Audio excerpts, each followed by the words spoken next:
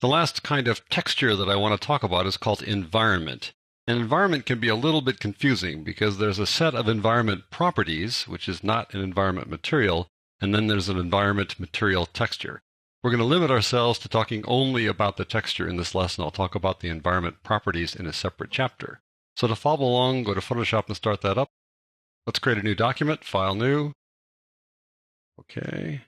And let's make a new 3D object. This time we're going to make a donut. So go over here, click on that panel, Mesh from Presets, and pick Donuts, aka Torus.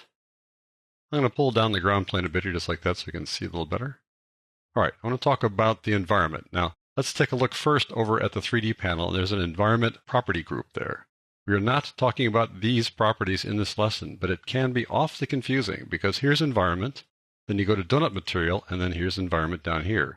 What's the difference? Well, plenty. If I go back to this environment group of properties, we've got all kinds of things here. You've got what's called a global ambient, which is the color of the scene, an image-based light, which is a light that actually shines in the scene. Right now it's black.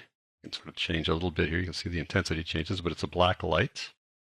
There's a shadow associated with the image-based light. It's also the ground plane characteristics in terms of shadows and reflections. And you can add a background to the whole scene if you want to, as opposed to putting in a layer that's a background that doesn't really interact with the objects. This background does interact with the objects.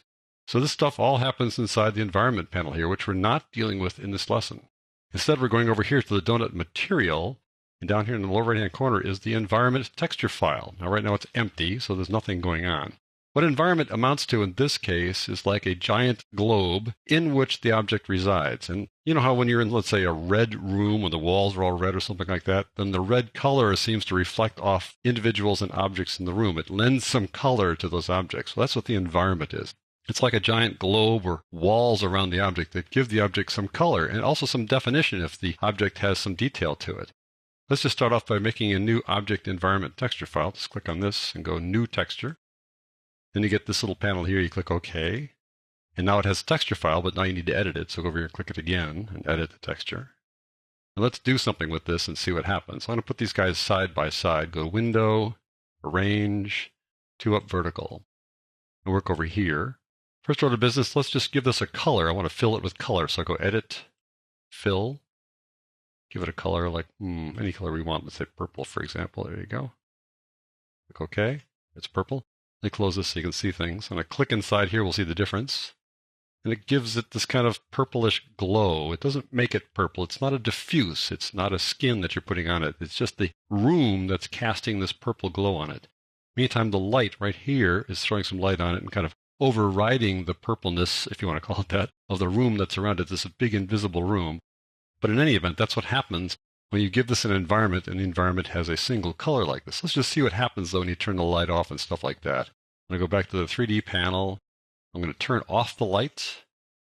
It gets dark. That's because the light is coming from the environment over here, this image-based light. If I increase the intensity of the light over here, you see it is this purple thing going on there still. There you go. I'm going to turn the light back on here. And I'm going to move the light a little bit. So I'm going to close you down just a touch. Click on the light here, and move the light so you can see the shadow off to the side like that. And see how the light plays off this thing. And it gives you that purple look there. This little line there looks like a seam, but it's not actually caused by the shine. If I click on that again, click it one more time, go over here to shine and get shine up to 100%. That makes the little specular highlight very small and that seam goes away. All right, what happens if we change this to something a little more distinct? Let's go and make this a gradient. Click over here, click on the gradient tool. Take this colorful gradient here, and take a look at it here and make sure that this last color is actually different. I don't want it to be the same at the moment here. I'm going to make it green or something like that right now. Click OK. Now I'm going to draw the gradient here, go from top to bottom, make it kind of an angle like so. Click over here and see what happens. And you can see now we're picking up the gradient as if the room had a giant gradient painted on it, and now we're seeing the gradient showing up in the surface here. Now, the more reflective the surface is, the more obvious this will look. Let's go over here to this object, click on the selection tool, click it one more time to get the material settings. Let's increase the reflection. And notice how it changes right away. This is different when you work on reflections that come to it from the floor, for example, or other objects. Here, the reflection from the room, from the environment, is changed immediately. You don't have to do a ray trace render. So let's just increase the reflection there. at some point it's going to get blown out. The reason it's getting blown out is that the light is kind of combining with the room's reflection and making it a little too bright. So you can go back to the light again now, and turn it off, and then you get a true reflection here as you go farther to the right, eventually going to 100%, getting an exact reflection of the room. I notice there's that seam there. Now we can't rotate this thing to make the seam go away. It's picking the seam up because the seam is in the room at that spot. If I click here, I want to rotate around, for example. Notice how the seam stays in place there. That's because we're not moving the environment, we're moving the object within the environment. We can fix that seam with gradients. If you went through the lesson about how you can fix seams and you know how to do this already, I'll just go through it briefly here. I'll click over here. What I want to do now, first of all, is have the line go straight instead of at an angle like that. So I click on the gradient tool again, up here at the top, click there. Hold down the Shift key now to keep the line lined up like that. Go to the bottom, let go. Click over here, seam is gone. If I draw this left to right or right to left, that'll change. Over here again, click on you and draw it from left to right. I'll hold down the Shift key, but that really won't make much difference in this case.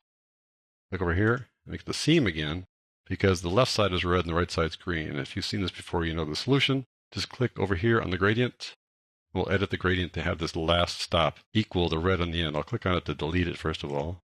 Click on this red over here, and click over here, and that adds a red that's the exact same color there. So it's red here and red here on both sides. Click OK. Now I'll drag it across over here, left to right. Click right there, hold down the Shift key, right like that. So the left side and the right side equal, and the seam goes away. And now I should take this over here, get the selection tool, rotate around it. You can see how it responds to the environment. How cool is that? Now you don't have to limit your environment texture file to just a color or a gradient. In fact, it's more likely that you'll want to use an image file because you want to place this thing in some location, and you can use that image file in an environment to make it look like it really is part of that location. Let me show you what I mean. Click on this to get its materials active. Go down to environment. Let's replace this. Go down to replace texture. I'm going to replace it with the jungle low res. You can use a relatively low-res file when you're working with an environment because you're seeing it only as it shows up on an object as opposed to seeing it as a background. So I click on that and click Open. You can see it immediately shows up over there. Let's just take a look at that. Let's move it around a little bit. There you go. See how it responds to the environment as you move it around? Pretty cool. Now there is that little ugly seam there, unfortunately. There it is right there. We can fix that, and I've explained how to fix seams in a different lesson, so I'll just go through it really quickly here. I'll select that. I'll edit the texture by going over here and saying Edit Texture. Let's move it to the other side like this. I want to work on it, so I'm going to zoom out a bit, Controller Command minus. And now let's put the offset filter on there. So Filter, Other Offsets. Let's offset it horizontally just a bit so we can see the seam there, okay? Now I'm going to do Content Aware Fill there where the seam is, and that'll fix that. So we go over and get the Selection tool here and select that area like that. And then we'll use Content Aware Fill here, so go Edit, Fill, Content Aware Fill like that. Click OK and let it do its magic there. Maybe do a little bit of touch-up work with the Spot Healing Brush tool here, like so. Just kind of wiggle that along there, right there too, a little bit there. I think that fixed things reasonably well. Now I want to go back and return it to its original position, so I'll just do Controller Command D to undo that selection and go back to Filter and Other and Offset. Now you don't have to do this. It tends to do things internally anyway, so just click the 0 here. And that takes care of that. Now we're going to go back over here and take a look at the results. And boom, the seam is gone. Take my selection tool here and we'll just kind of move it around a bit and see how that works. No more seam. Very cool, I think. The environment can be a lot of fun to play with when you want to give this kind of exciting looking reflection to your objects to make it look like they're in some place like that and reflecting off the place like they're glass or metal. So that's how you apply an environment texture file to an object and then edit that texture file, as opposed to working with environment properties. We'll cover the environment properties in a separate chapter.